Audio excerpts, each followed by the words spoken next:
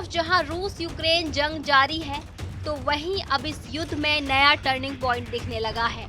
दोनों देशों के बीच भारत के न्यूट्रल स्टैंड को लेकर कई देशों ने आलोचना भी की। हालांकि क्वाड्रिलेटरल सिक्योरिटी डायलॉग यानी क्वाड देशों को समझ में आ गया है कि भारत ऐसा क्यों कर रहा है।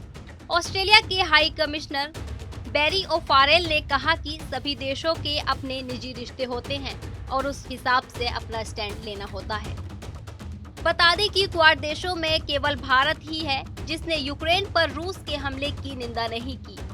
यूएन में भी जब निंदा प्रस्ताव लाया गया था तो भारत ने वोटिंग से दूरी बना ली थी। भारत ने इतना जरूर कहा था कि किसी भी देश की संप्रभुता बची रहनी जरूरी है और संघर्ष रोका जाना चाहिए।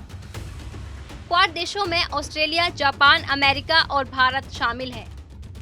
ऑस्ट्रेलिया के हाई कमिश्नर ओफारेल ने कहा है कि क्वाड देशों ने भारत के स्टैंड को स्वीकार कर लिया है। ओफारेल की ओर से कहा गया है कि वो समझते हैं सभी देशों के अपने निजी रिश्ते होते हैं। ये बात सीधे तौर पर देखी जा सकती है कि भारत के प्रधानमंत्री और विदेश मंत्रालय ने इस संघर्ष को रोकने के लिए अपनी ओर से कई प्रयास किए हैं और इससे कोई भी देश इस बात से नाराज नहीं हो सकता। बता दें कि प्रधानमंत्री मोदी ने ज़ेलेंस्की और पुतिन दोनों को फोन करके बातचीत के रास्ते से हल निकालने की सलाह दी थी।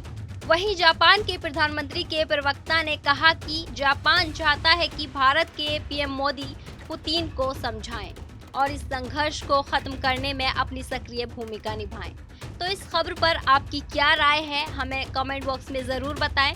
बाकी देश दुनिया की तमाम बड़ी खबरों से जुड़े रहने के लिए सब्सक्राइब करें हमारा डिजिटल चैनल और देखते रहिए TV9 भारतवर्ष।